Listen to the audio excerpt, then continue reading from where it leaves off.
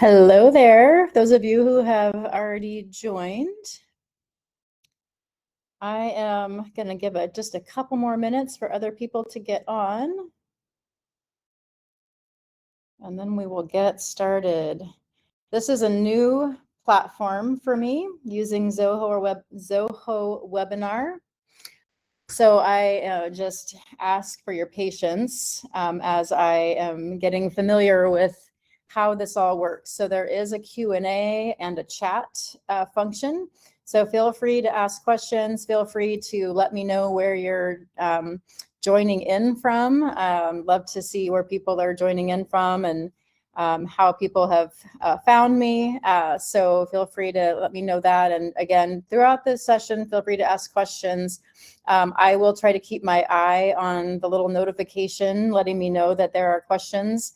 But forgive me if it takes me a few minutes because, again, I'm just getting used to this new platform. And it's once I'm sharing my screen, it's not as easy as Zoom to see when people have messaged me or put something in the chat. So, all right. Oh, so it looks like we've got a comment from Sean. Hi, Sean. Kelly, Sean Williamson in Portland. Oh yeah, hi. So good to see you. Glad you're here. Awesome.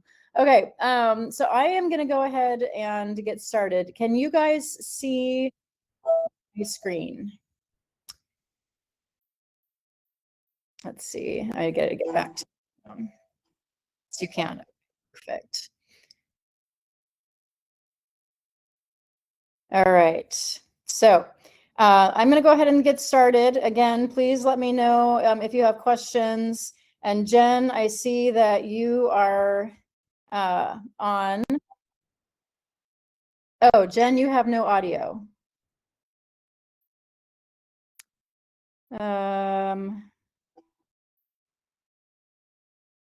Gail has audio and visual. Okay. So hopefully you'll be able to figure out your audio, Jen. Thanks for letting me know, Gail. Gail, I think I might know you from a previous career. So yeah, let me know, Jen, if you need any troubleshooting help. I'm not sure how I can help, but hopefully you'll get it. Yeah, and also, Jen, you have my phone number, so if you need, if you want to let me know about anything that I'm not responding to, you can always text me because I've got my phone here too. All right, well, so let's delay no longer and get started. I got it. Sean has audio and visual. Okay, fantastic. Thank you. Okay. Yeah, I'm confused whether you're Sean or Kelly because I remember you as Kelly. Okay, I'm going to jump in. All right, so heart health reset: how to calm inflammation, restore metabolic health, and build a resilient heart naturally. And this is all kind of tying into the Heart Health Reset, a new program that I am offering. It's a functional medicine approach to preventing and reversing cardiovascular risk. Hi, Kim.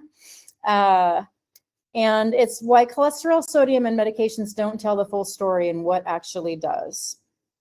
So welcome to all of you. I'm so happy you're here. And if you're here live, thank you so much for taking the time to be here. And if you're catching the replay, also thank you for taking the time to listen in and catch this important information. I'm here to help you understand why your heart or the heart of someone that you know and love is under strain and how to support it naturally so that you can not only survive, but thrive.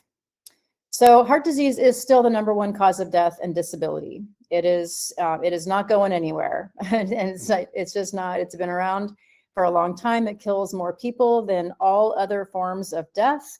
And it is the #1 cause of death for women. And people often mistake that and think that breast cancer is our biggest risk, but it is not. And it affects way too many women at too young of ages. So people are often told that your cholesterol is too high, you need to be on a statin medication, and you need to reduce your sodium. These are very sort of shallow and blanket approaches to a very complex disease that is very systemic in nature and not this sort of siloed thing that I think in a lot of Western medicine models it becomes. Very few people are told why inflammation is present, why blood pressure is rising, and why the heart is under strain in the first place. So why I do this work. So I have a background in cardiac rehab. I spent 25 years working in cardiac rehab. This is a picture that was put into one of the local papers, so it's not a HIPAA issue. And I'm friends with that patient, and he knows that I use this photo. So Jen's still saying she has no audio. Let me see. So Kim, you jumped on. Let me know if you have audio. If you could type in the chat if you have audio. I'm not sure what's going on, Jen. I'm so sorry. Yeah, I hope you can get that fixed. I'll send you. I can send the replay. Okay, Kim hears me. Fantastic. So I was in cardiac rehab for 25 years. And I saw so many compliant patients returning with second and third cardiac events. They were people who were doing everything right. They were not overweight. They were eating generally fairly healthy. Their cholesterol was low. Their blood pressure was low. Yet they were still struggling, and they were still coming back through our doors after their second, third heart attack, multiple stents being placed, some of them on to bypass surgery. I had a gentleman who had 4 separate bypass surgeries. That is not okay. This is, and they just kept being told you had bad genes. You can't out exercise or out medicate a dysregulated metabolism, chronic inflammation, oxidative stress, I spelled that wrong, or nervous system dysregulation. So I didn't leave cardiac rehab because I don't believe in cardiac rehab and I don't believe in medicine. I left because I wanted to address the true drivers of cardiovascular disease. So the firefighter didn't start the fire. Cholesterol is a responder, not the cause. Blaming cholesterol for heart disease or vascular disease is like blaming the firefighter for the fire. The real drivers of cardiovascular disease are inflammation and glycation, oxidative stress, and insulin resistance, and nervous system dysregulation. So these are the things that we need to address as the underlying causes so that cholesterol doesn't keep getting implicated. So cholesterol is involved in the process of plaque building up inside your artery, but it's not the reason that it happens. So I hope this is making sense, and hopefully by the end of this talk, it will make sense. Okay, moving forward. So heart disease is an inflammatory condition. It's happening because we have what's called leaky gut or increased gut membrane permeability, which causes the immune system to become dysregulated, which leads to inflammation and the immune system attacking its own tissue throughout the body, which leads to dysfunction of the inner lining of our artery, which is the endothelium, which leads to damage to those arterial walls. And cholesterol then shows up to help repair the damage. So the heart doesn't fail suddenly. It's adapting for years before. So people will have, a lot of times people will have what we call, like a sudden MI or sudden death. And people think of it as like this catastrophic thing that only happens. I'll share this. I'll share the recording. So anyone that's on will also get the recording. And if you want the actual slides as a PDF, I can do that as well. So people think of people having heart attacks as this catastrophic thing that, no one saw coming, and, I thought I was healthy. And that is what it appears to be. But when we know what to look for, we can see these things happening years ahead of time. And that's the good news, because there's so much that we can do to prevent it. So leaky gut is basically you've got gaps between the cell walls in your intestinal tract, and that's causing the immune system, which is just sitting on the other side. 78% of our immune system is circulating right inside the gut wall. So if you've got, think about like a fort, and inside the fort are all the soldiers that are protecting the palace or whatever, and you've got breaches in the wall, you're going to have all of those soldiers on the other side are going to be on constant vigilance. They're going to be constantly looking for invaders and enemies, and they're going to be just, almost the immune system gets to the point where it becomes sort of hyper vigilant. And then it begins to get so overly vigilant that it starts to attack its own tissue. And that's what we call autoimmune. Autoimmune condition is the immune system is attacking our own body tissue. And that happens because we have a breach in the wall. Our intestinal tract is not nice and tight the way it should be. Those cell walls are starting to separate from each other. Okay, so this is kind of where inflammation starts. Heart disease didn't start with your cholesterol numbers. It starts years earlier with metabolism dysregulation. We talked about just now the gut, leaky gut, nervous system dysregulation, and toxic burden or oxidative stress. So metabolic dysfunction in the heart. So why your blood sugar matters way more than you've been told. This is a point that I just get so frustrated. I just talked to a client yesterday who I told her, we really want to get a CGM on you. I'd love to have you wearing a CGM so that you can see how the things you eat are affecting your blood sugar trends. And many people have no idea that the things that they're eating are causing a huge spike in their blood sugar. And every time we spike our blood sugar, it's creating damage to the artery wall, and it's starting to create insulin resistance. Insulin resistance means the cells in your body are no longer as sensitive to the insulin that's there, and it's taking more and more insulin to get them to open up and take in the blood sugar. So our pancreas is having to produce more and more insulin to get those cells to respond. And when we have excess insulin in our blood, it's damaging the artery wall. We have an elevated A1C, which tells us that on average, our blood sugar is running too high. This is also going to be in combination generally with high triglycerides. We're going to often see increased visceral fat and then blood sugar or blood pressure variability, because blood pressure and blood sugar are very closely connected. And all of this is causing damage to the inside of the artery wall. And again, that damage is then where cholesterol goes to help repair the damage. So heart disease is fueled by metabolic stress long before symptoms appear. Back to the gut. So your arteries are listening to your gut. And this, the gut is now known as the second brain. There's so much happening in the gut that we need to honor and respect. So leaky gut, meaning that increased permeability in the cell wall, leads to immune activation or dysregulation. We have endotoxins, also known as lipopolysaccharides. So lipopolysaccharides are bacteria that it's a toxin that come from certain bacteria in the gut. When the gut barrier is compromised, the LPS can enter the bloodstream, a process often called metabolic endotoxemia. So once they're in circulation, the lipopolysaccharides trigger chronic inflammation in the blood vessels, which causes damage to the endothelial lining, they also increase arterial stiffness and reduce nitric oxide, which is needed for blood vessel relaxation. They promote insulin resistance, which worsens our lipid patterns, like our LDL and our small dense LDL. They promote activation of the immune cells in sending more immune cells to create plaque, and they contribute to overall higher cardiovascular risk. There's tons of science connecting LPS and cardiovascular risk. So we really want to get a handle on this. Poor digestion, nutrient deficiencies, microbiome issues, having poor diversity of microbiome in our microbiome leads also to cholesterol metabolism and blood pressure issues. So it's all connected. Everything happening in your gut is so connected to your heart.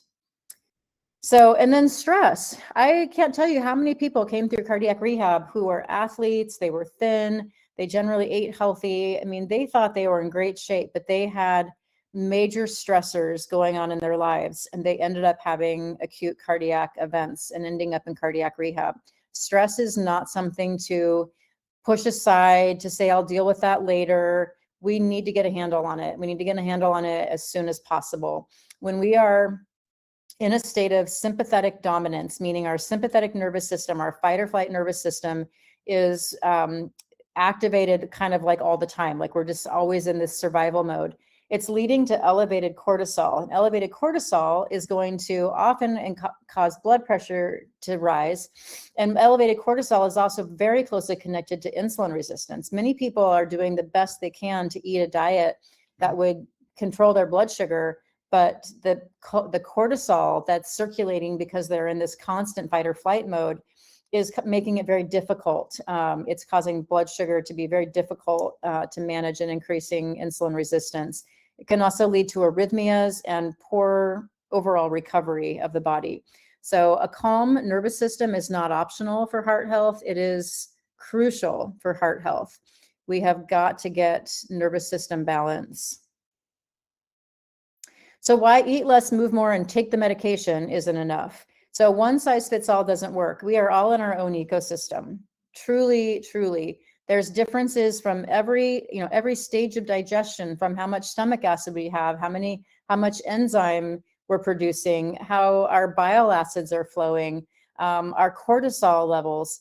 So, hormonally, we're all different. And so we cannot do a one size fits all and expect everyone's going to benefit.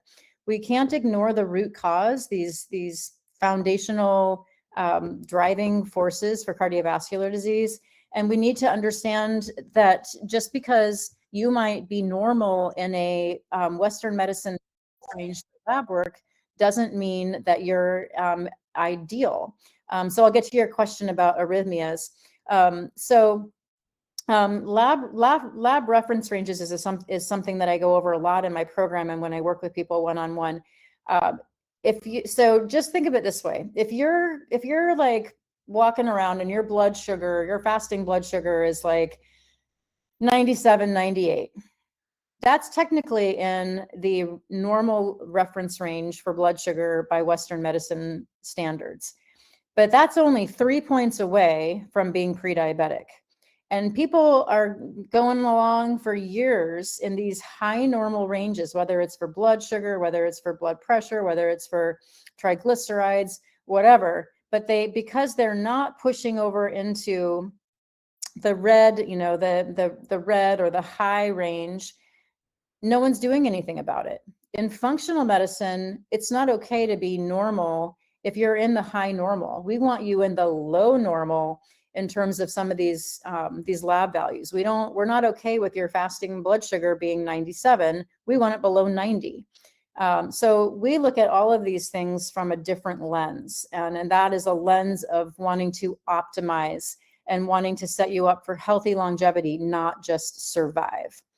And then there's a lack of lifestyle integration. I mean, Western medicine is great for a lot of things. If I get hit by a bus, yeah, take me to the nearest Western medicine hospital where they can, take care of me. But they're not great about managing and eliminating and reducing and reversing chronic disease. So we really need to be thinking about lifestyle integration. It's not about rejecting medicine. It's about addressing the cause for chronic disease from a holistic approach.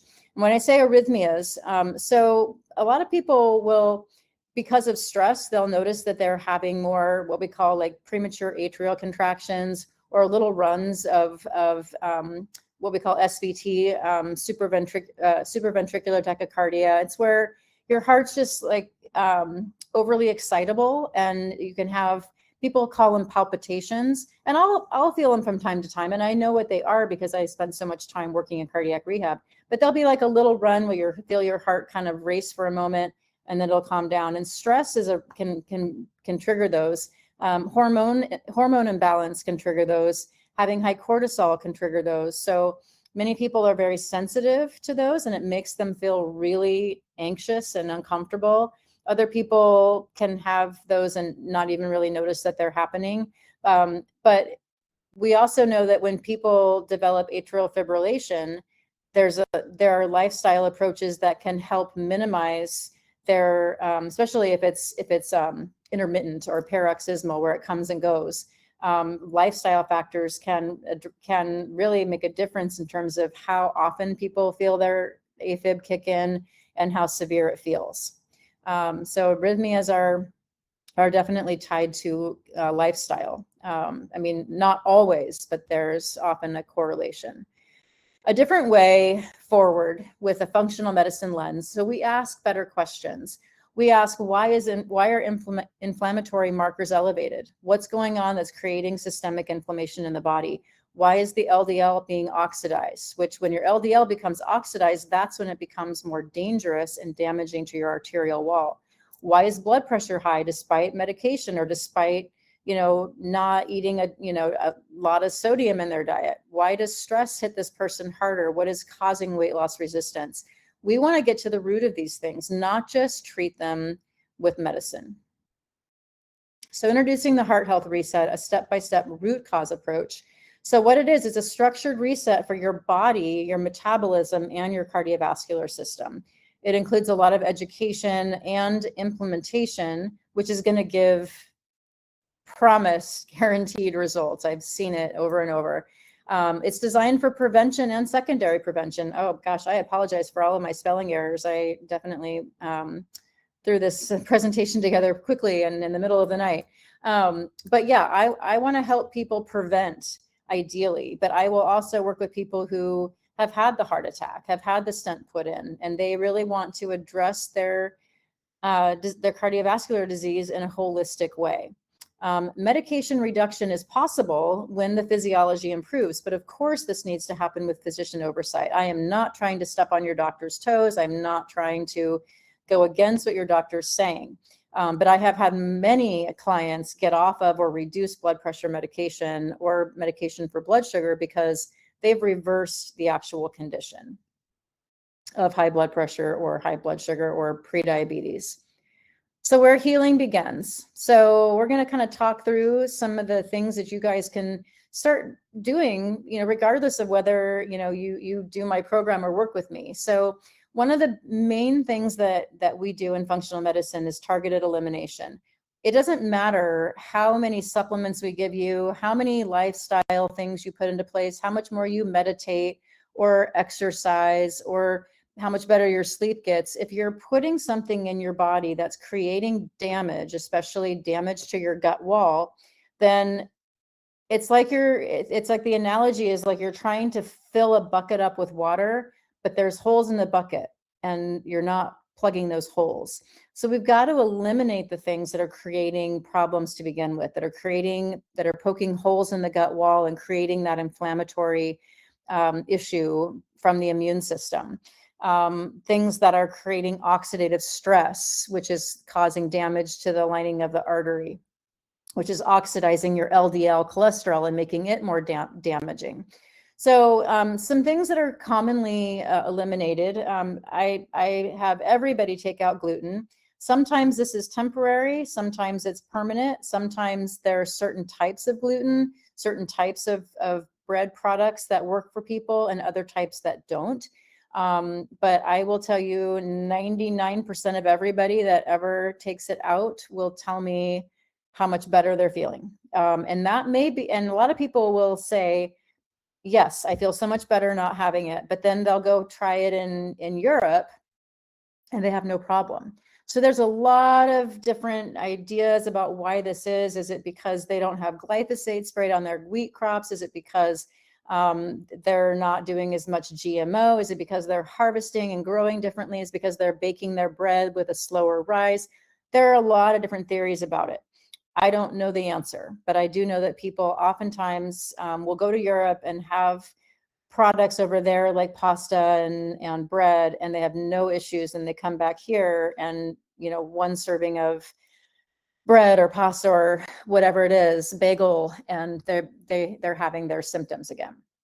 I would encourage you, what does whole food, plant-based default? I may have to go back to read that. Let me get to that question. What does whole food plant-based default to no gluten? No. Whole food plant-based often is very high gluten. A lot of people who eat plant-based are eating a lot of wheat products. They're eating pasta, they're eating breads. And even if they're not eating a lot of gluten, there's often a lot of grain. And grains in general can cause problems with blood sugar. I see a lot of people just heavily, lots of oats, lots of rice, lots of just grain, and they oftentimes have elevated blood sugar. So whole food plant-based can be okay as long as you are really kind of dialing in your combinations of foods to keep you from having blood sugar spikes. And the only way to know if that's working is wearing a CGM. I actually have one on right now. I don't think I can pull my sleeve up high enough for you to see it. But I love wearing a CGM because it really tells me, like, for me, I don't do well with beans. I can eat, not even that many beans, like a bean and sausage and veggie soup, and my blood sugar spikes up to 180 or 200. And that's wearing a CGM. There is a standard degree of error with CGMs. So I also keep with me, I have it right here, my little blood sugar glucometer. So I will poke my finger if I'm, if my CGM is telling me something like crazy, I'll poke my finger and get my actual blood sugar.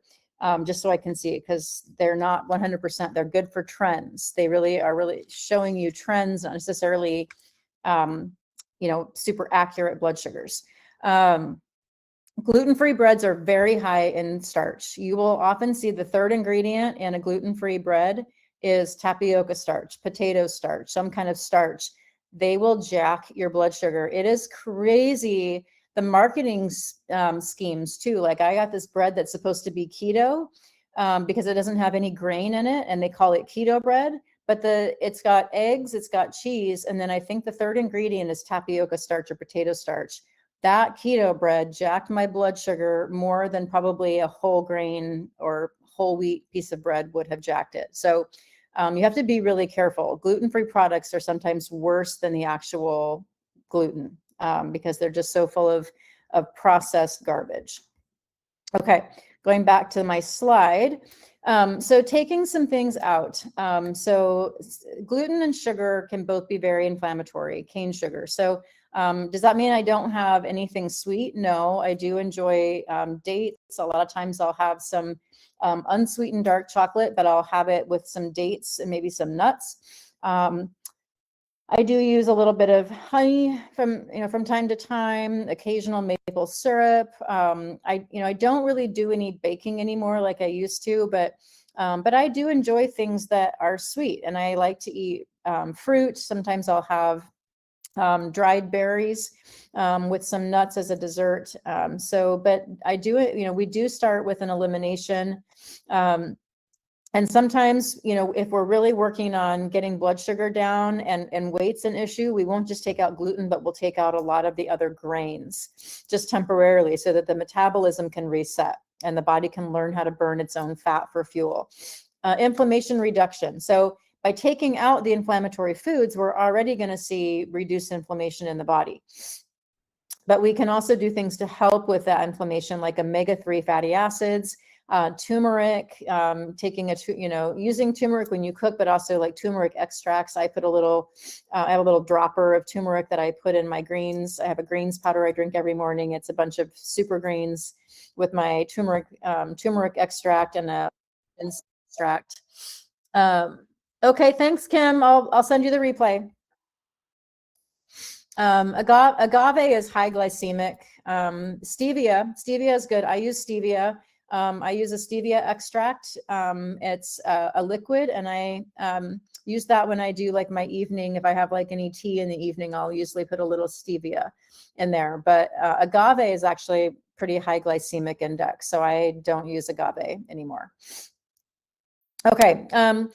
So reducing inflammation, omega-3s, taking omega-3 supplement. I also try to do a lot of like fish, like salmon, sardines, mackerel, herring, those tinned fish. The acronym for the best fish is SMASH: salmon, mackerel, anchovies, sardines, and herring.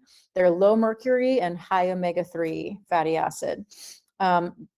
Stabilizing blood sugar is another big focus of my program, and I do encourage people to wear CGMs. It's called the continuous glucose monitor, or CGM. And that really helps you understand how the different foods you're eating are affecting your blood sugar control. Gut health optimization. So a lot of people have inflammation in their gut because different levels of digestion are not being fully supported with all of the appropriate fluids and enzymes. So like we need to have a very acidic stomach. Our stomach should have a very acidic pH and should be able to break down foods to the point where when they enter our intestine, they're already pre-broken down. But if we don't have enough stomach acid, which is quite common after the age of 40, then the food's not going to get properly broken down, especially our proteins, and those can enter the intestinal system. And because they're not fully broken down, they can start to ferment, and we can end up with bacteria feeding on that and growing because of that. And that can cause small intestinal bacterial overgrowth, which can lead to leaky gut. We may not have enough enzymes, digestive enzymes being secreted that help us break down the other macronutrients like the fats and the carbs. So we want to make sure that our gut has what it needs to do its job right. So I help people identify when they may not have sufficient stomach acid and get them on supplemental stomach acid. My story is that my stomach acid was so low, I was up to 18 capsules of supplemental stomach acid to get my stomach into that acidic environment. And then I was able to slowly wean off of it, and I don't take it at all anymore. But my stomach acid was very low. I was anemic. I wasn't breaking down my protein. I wasn't getting the iron out of it. And also healing the gut. So if we suspect that there's leaky gut, then we need to heal that gut wall. So there's various things that we can give. There's postbiotics like butyric acid. L-glutamine is an amino acid that helps to seal up those the junctions between the cell walls. There's peptides that help heal the gut wall, the intestinal wall, as well as like the stomach wall if there's some gastritis going on. We need to balance the nervous system. So really important that you're finding something that you can do on a regular basis that gets you out of fight or flight and into your rest and digest. Many people benefit from doing some type of breath work. I have a breath work coach friend that I have come in and do breath work with my community. They love her. I love her. I have done multiple sessions with her, and it is life-changing. And I will share, when I send out the replay, I'll share information about how to work with her. She's incredible. So she will be a part of the Heart Health Reset, and will be giving breathwork meditations for the different modules. Heart Math, I'm a certified Heart Math practitioner. This is a tool of learning how to create calm and coherence within the heart. The heart is known as our third brain because it actually has its own neural network that communicates with the rest of the body and communicates with the actual brain. And when we get the heart into coherence through heart math techniques, that sends calming signals to the rest of the body. It's like a bottom-up approach. Instead of thinking your way out of anxiety, you're starting with the bottom, you're feeling your way out of anxiety, and then sending calming signals to the brain. There's lots of tools online. There's lots of meditations. There's lots of breath work, guided breath work that you can find on YouTube. So I encourage you not to wait. If you feel like you're kind of in constant go mode, if you feel like you're just kind of like a hamster on a wheel, just always going, and never feeling like you're in a true state of relaxation and safety, this is a problem. And I've had a lot of clients where I'm like, you know what, we just need to stop talking about all the other things and only focus on getting your nervous system balanced, because nothing will work if you're trying to build it on a shaky foundation of poor nervous system health. We also want to focus on antioxidant optimization. So for people who are local to me, I have this really cool tool. I don't know if you can see me or not, because I can't see me, but if you can see me, I have this really great tool that scans. Okay, thank you, Sean.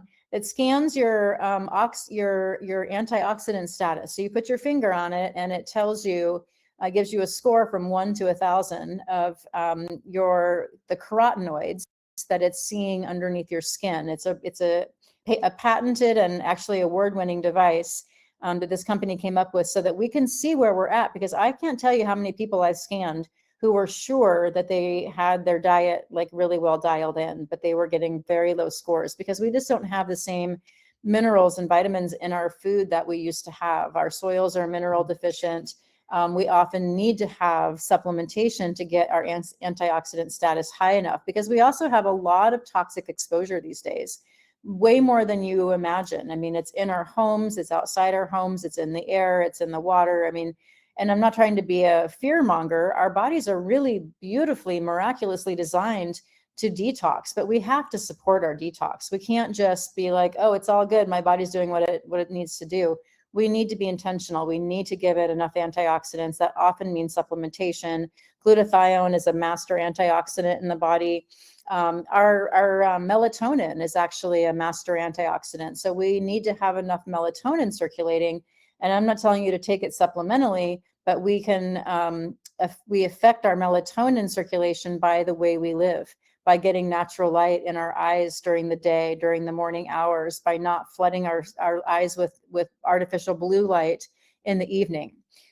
So some things that I recommend doing are making sure that your antioxidant status is high. If you're local to me, we can meet up. We can meet at a coffee shop and I can scan you. If you're not local to me, I may be able to find someone close to you that can scan you. But I will tell you, I mean, I think supplementing with a good antioxidant is a great investment, and I can definitely point you in the right direction for a great product. In fact, it's a product that the company that makes these actually they have the antioxidant, and they give you your money back if you don't improve your score. So they guarantee it. So I can tell you about that if you're interested. But basically, in the functional medicine space, we're removing the noise so that your body can finally respond. So within my program, here's some of the modules, an example of some of the modules that we'll be including. So we'll be talking about metabolic repair and reset. We're talking more about healing the gut, tightening up those junctions between the cells. We'll be talking about how to get nutrients back into the diet to help with that whole oxidative stress piece and balancing those free radicals. We're talking about healthy fats and fiber, hormones and women's hearts. It doesn't mean I don't work with men, but I've got a program that's specific to women and women's hormones, and then I'll have a separate one that I have for men. I'll recommend functional lab testing, and you'll have all of the tests that we recommend from a functional perspective to really see what's going on. And then there'll be a focus on long-term sustainability. This is, of course, it's not going to do anyone any good if they don't have the tools to make this a forever lifestyle change. So the labs through a functional lens. So it's really about understanding what's going on below the hood. If we don't know what's going on, then we don't know what we need to focus on and what we need to improve. So we look at everything through functional reference ranges. Just being quote unquote normal is not good enough. We want ideal. We look at inflammation markers. We look at lipids beyond just your total cholesterol and your LDL. We look at what we call fractionated or advanced lipid tests. So we're looking at what we call an ApoB and an LP(a) and a ApoA1 and all these things a lot of people have never heard of. We're looking at your blood sugar patterns. We're looking at your fasting insulin. We're looking at nutrient deficiencies. So most of the lab values are very responsive to a functional approach, which allows you to see your progress. I've had so many people, a little skeptical, thinking, oh, it's not going to change that much. But then they work with me and they're amazed at how much better their labs are 3 months later or 6 months later. And they're going into their cardiologist and their cardiologist is like, oh my gosh, like, what are you doing? We haven't seen anyone, improve this quickly. So who is this for? The program is for you if you want to prevent heart disease. And it is, again, the #1 cause of death and disability. It will affect, I believe, still 1 out of every 2 people. If you've had a cardiac event and you want deeper answers, you want a holistic approach to all of this. You're on medications, but you still want to improve your underlying health. you're not okay just going with a statin and then trusting everything's going to be okay. You're tired of fear-based advice, and you want clarity and confidence going forward in your life. So what makes this different? It's built on my 25-year background in cardiac rehab, plus my functional medicine training. I am board certified, national board certified as a functional medicine coach, and I currently work with a functional medicine doctor, and I worked previously with a functional medicine doctor. And I've had cardiac patients that I have got to work with the functional medicine doctor here in Corvallis. And I had a guy who was 3 times through cardiac rehab, pretty much every year, 3 years in a row. I got him into the functional medicine doctor here in Corvallis before he moved away. And that was 3 years ago and 4 years ago, maybe. And that patient has not had any cardiac issues since he took a functional medicine approach. Okay. Oh, I will talk about what functional medicine is. I'm going to finish. I'll get to the end and then I'll talk about that. Okay, so it's education first, not fear. It's systems-based, not silo-based. I felt like when I worked in cardiac rehab, cardiology was very siloed. They weren't looking at how are the hormones affecting the heart? How is the gut affecting the heart? How is the nervous system affecting the heart? It was all just very siloed, just, very much taking the heart out in isolation and not understanding how interconnected it is with the rest of the body. The program is designed for real life. It honors both Western and functional medicine. I am not trying to say that Western medicine serves no purpose here. If I'm ever having symptoms of a heart attack, I will definitely go to a Western medicine hospital. And if I need a stent, then please put a stent in me.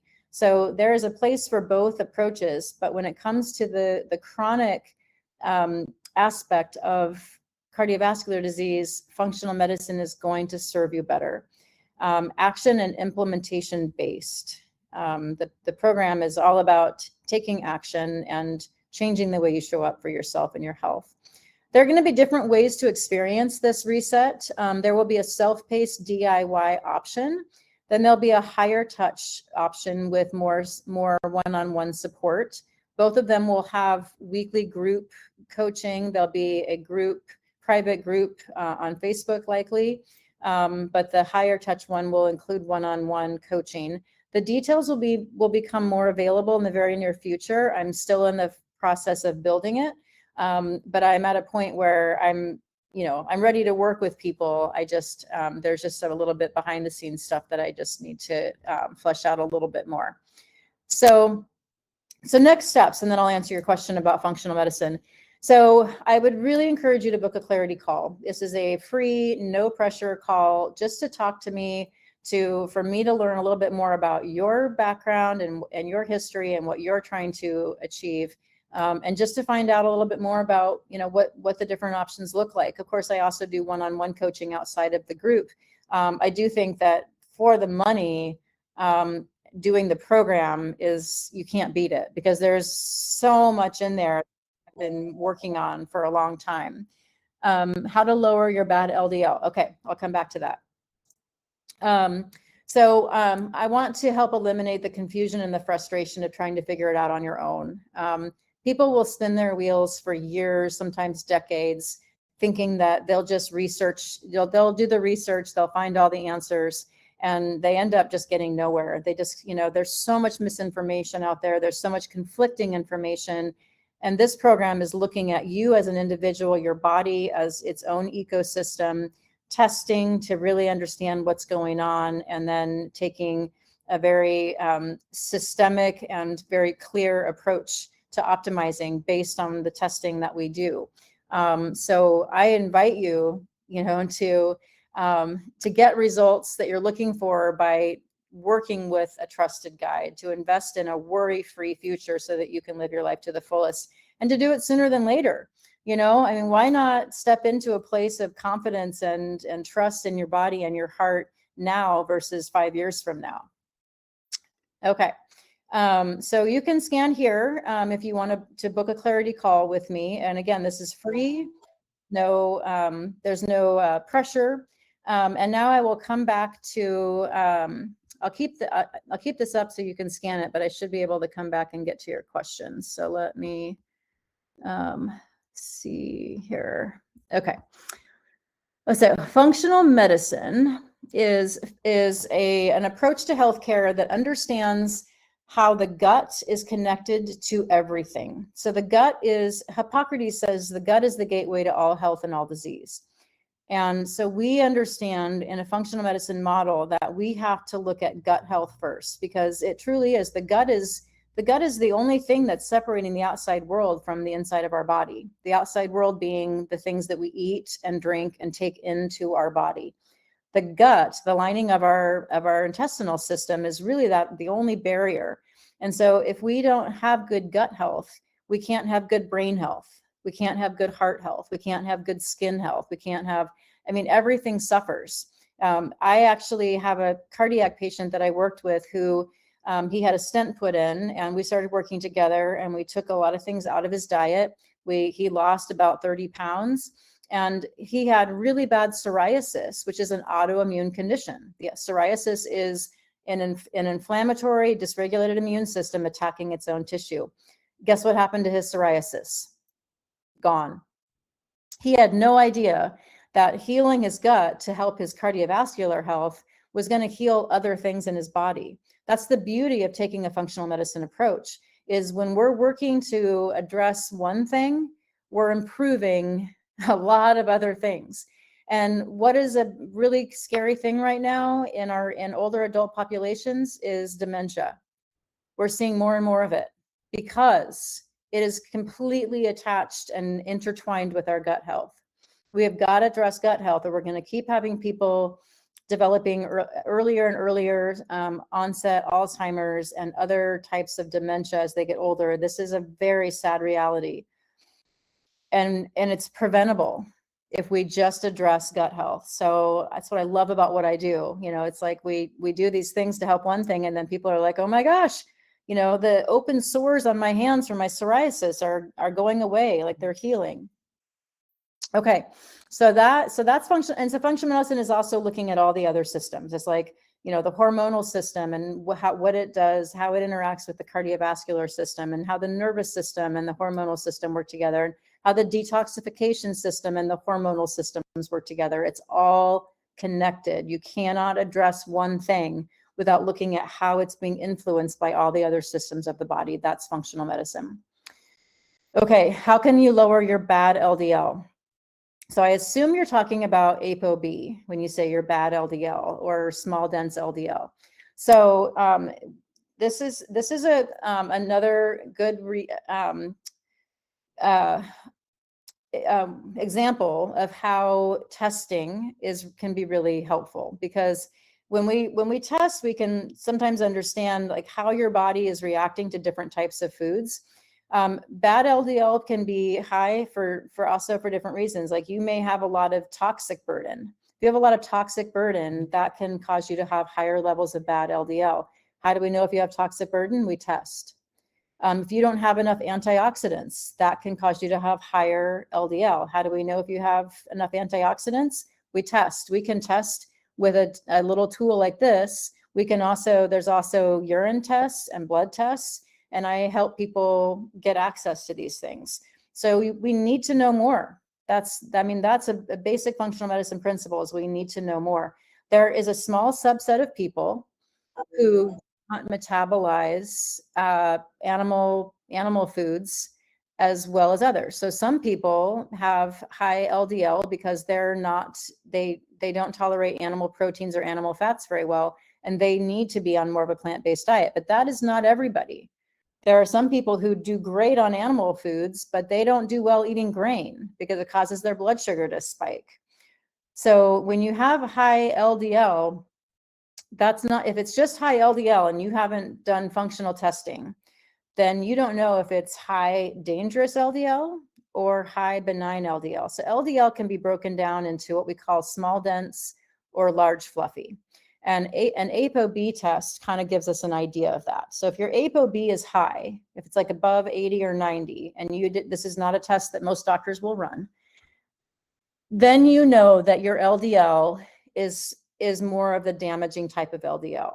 LDL does serve a purpose in the body. LDL is a transporter for cholesterol. Cholesterol is needed in the body. It's needed to create bile acids. It's needed to create hormones. It's essential in the lining of our cell walls and our nervous system. Without cholesterol, there's no life. Cholesterol is an essential substance in the body. LDL is a transporter for cholesterol. So LDL is taking cholesterol that's being created in the liver and it's transporting it. And it can be dangerous when LDL becomes oxidized, because then oxidized LDL actually breaks through and damages the cell wall and deposits cholesterol there. So oxidized LDL is like LDL gone rogue. Okay. It's like these, normally taxi drivers that are just following the rules and not breaking the law and following the speed limit. But then when we have high ApoB or oxidized LDL, it's like the taxi drivers have gone rogue, and now they're breaking the speed limit. They're crashing into other cars, and they're crashing into the side of the road, and they're damaging they're damaging the highway. I just came up with that. I just came up with that metaphor. That's kind of what just came to me. So we need to know what kind of LDL we have. And the only way to know what kind of LDL you have is to test. Even a high ApoB may not be super threatening if you're metabolically healthy. So what's really important to know if you have high LDL is also, do you have inflammation? Do you have poor metabolic health? Do you have high levels of free radicals or oxidative stress? Because if you have high LDL and you have all those other things, you have inflammation, you have poor metabolic health, you have oxidative stress, you have a nervous system that's dysregulated, that LDL is likely going to be more dangerous for you. But if you have everything else dialed in, like there's a lot of people out there, they're athletes, they're extreme athletes even, they're crushing it, they're metabolically healthy, they don't have anything else going on, but they do have a high LDL. And do they need to be on a statin? I would argue that they probably don't, unless there's other things going on that I didn't list. So we need to know the whole picture. When you say, people come to me like, my doctor wants to put me on a statin, should I do it? I'm like, I don't know. Like, we need more information. We need to know how at risk are you? And the only way to know that is to test. So, can you lower your LDL? Yeah, you can lower your LDL. A lot of it's just taking out the things that are creating oxidative stress that are harming your metabolism. Thanks, Sean or Kelly.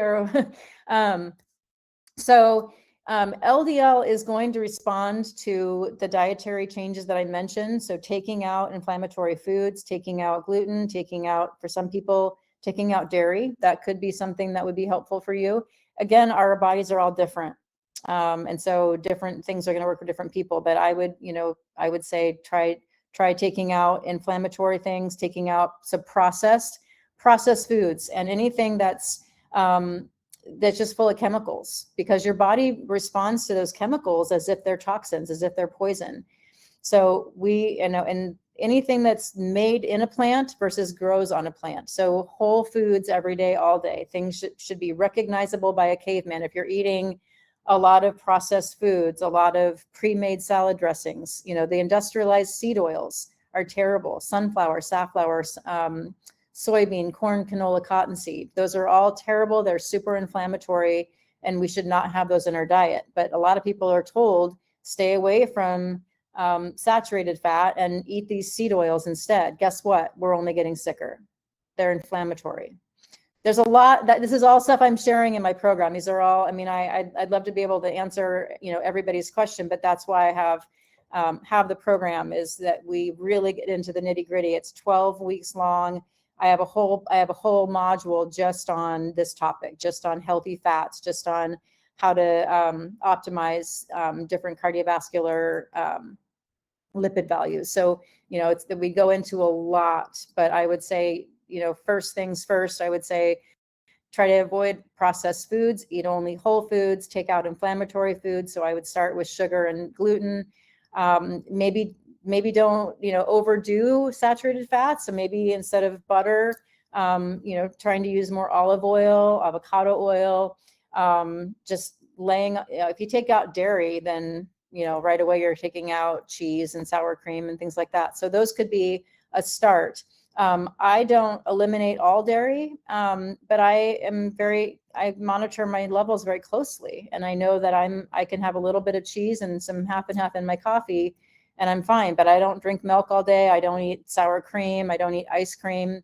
I don't eat a lot of dairy in other ways. So, so that's just some information, a little bit to kind of get you started. Okay. So I plan to go 45 minutes. It's been about 55 minutes. Happy to answer a few more questions. I'll go through and see if I got to everybody's question. I think I did. Examples of arrhythmia. So premature atrial contractions. People have PVCs, premature ventricular contractions. When you have a PAC or a PVC here and there, it's really not a problem. But if you have long runs of them, then that is a problem. Or if your arrhythmias make you feel like you're going to pass out, that is a problem. If you just feel like a little fluttery feeling and then it passes, probably not a big issue. But if you're having them all the time and it's creating anxiety, or if you're feeling, again, like dizzy, lightheaded, like you're going to pass out, that is a problem. You need to get in and have your doctor address it. But yeah, PACs, PVCs, it's a little, we're getting, atrial fibrillation is something that's more severe, needs to be addressed with a doctor. Atrial flutter, more severe, needs to be addressed with a doctor. Ventricular tachycardia can be fatal, needs to be addressed with a doctor. So it's a little bit more on arrhythmias. We could talk about heart block, but I think that's going a little bit too off topic. So any other questions from anybody? Okay. I appreciate you all being here today. And I think you saw my slide. Oh, thank you. And you're welcome. You saw on my slide that you can email me at Angie@heartwellnesscoaching.com. You can also just go to heartwellnesscoaching.com is my website. I'm in the middle of trying to kind of overhaul that. So it's not awesome, but hopefully it will be. And thanks, Elizabeth. Happy to answer any questions, happy on the call. So thank you all for being here, and I hope you enjoy the rest of your day. Bye-bye, everyone.